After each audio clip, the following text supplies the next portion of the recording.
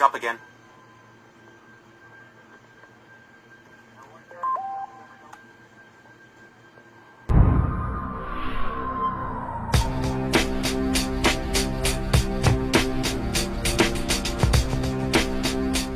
The more you get closer to that pattern, the more you seem to have access to everything around the Earth. For example, that 7 hertz pattern not only has the same frequency as generated from the intrinsic aspect of your brain. Your brain has a natural frequency. Guess what it is? 7 hertz. Based upon the fact that consciousness is recreated every 20 milliseconds, it's moving at about 4.5 meters per second.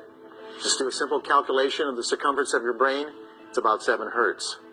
And the intensities of both the magnetic and the electrical components for both this and your brain are identical, capable of resonance. It seems to be something fundamental. Now, the 7 hertz is tied to something called the hippocampus, the gateway to memory.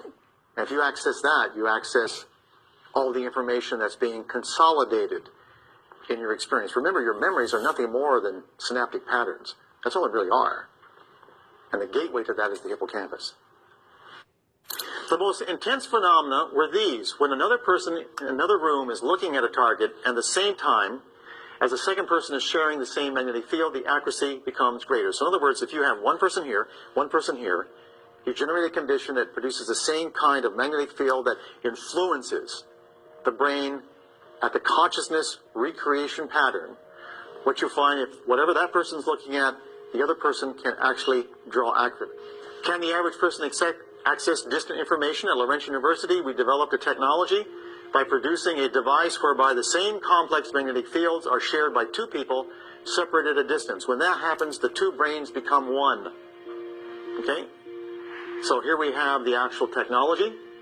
That's what we call the octopus. It's basically 8 solenoids that produce a accelerating configuration of... This right here is called the God helmet. Wow. This is crazy, boy.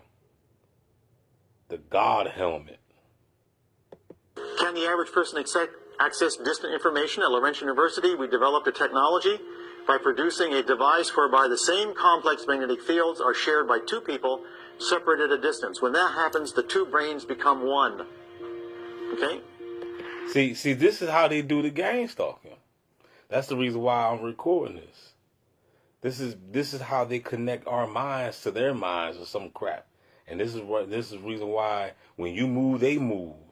And you know what I'm saying? It's like we're connected. You connected to these damn bots through the 5G, 10G towers. They got our brains connected to these fools all day. Can I get a no there? The distance. When that happens, whereby the same complex magnetic fields are shared by 2 people separated at a distance. When that happens, the 2 brains become one. Okay? So here we have the actual technology. That's what we call the octopus. It's basically 8 solenoids that produce a accelerating configuration, a second derivative magnetic field. There's what it looks like. There's a person in one room. All right, with the octopus, there's a person in the other. Remember, the whole point is to have a technology which allows access to every bit of information that every brain on this planet has. And this is a picture really abstract looking. Take a good look at those garbage cans and a number of other things, and look what Ingo Swann drew. People, dull target, wilderness like a window. Even something as abstract as that, details come through. Now, I want you to think about something, and that's the following. Just remember Alexander Graham Bell, the first time he generated a signal across the room. It was scratchy. He could barely hear it.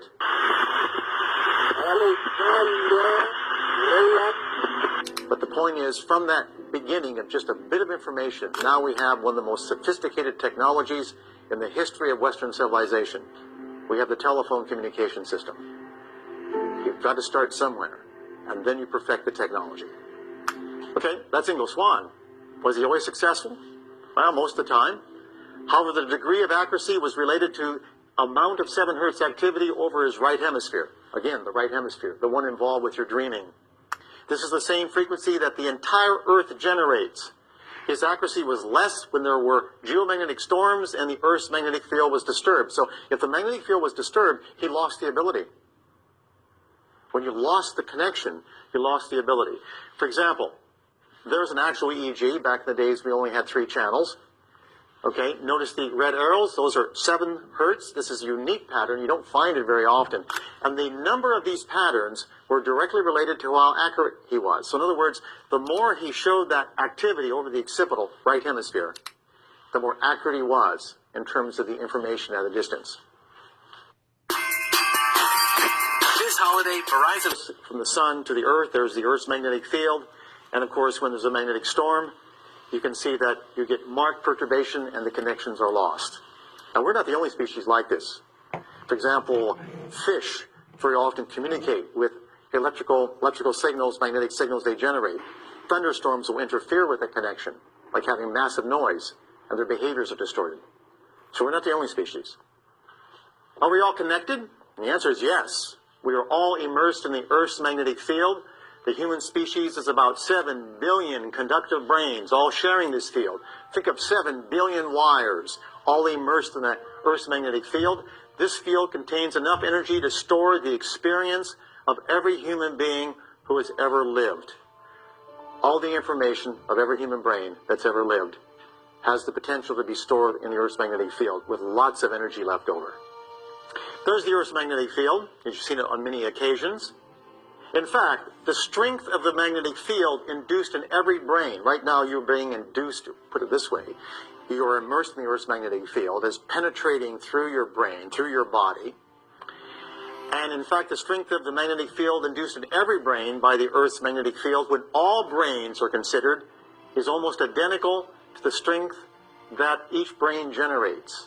Your brain generates in the order of about a picotesla, which is about a trillionth of a Tesla, much weaker than the Earth's magnetic field, but that's the operational intensity. But what does it mean? It means simply this: such convergence produces the conditions that allow global resonance and the possibility of a human hologram. That is, 7 billion brains, basically immersed in the Earth's magnetic field, all with similar intensities, the whole equal the sum, and the sum equal the individual, individual equal the whole. That sets up the conditions for a hologram. Calculations suggest that the time required for an event in one human brain to diffuse into all other human brains on this planet would be about 10 minutes. And it would occur primarily during dreams or during altered states, when the right hemisphere is dominant. This is an example of a geomagnetic pattern. You can see the perturbations. This is a very active kind of night, a geomagnetically active kind of period. You're looking at various components here. On the other hand, on quiet nights, which is the next one, you can see the difference. In other words, when it's quiet, when it's geomagnetically quiet, the connections between all 7 billion brains have greater possibility. When there's more perturbation, it's like having more noise in the system. Very weak effects, but very strong and emotionally significant impact. Is there evidence of information transfer? We are now measuring photon emission from the human brain. That's how we think it's working. And you can see, if we took you, for example, and we asked you to sit down inside of a quiet room, and on the left hemisphere, the left side of the brain, right hemisphere, right side of the brain, notice that when the person is simply relaxing and just thinking about casual thoughts, on the other hand, if on the focus, you say, okay, I want you to think of white light. Just think of white light. Right? That's all you have to do.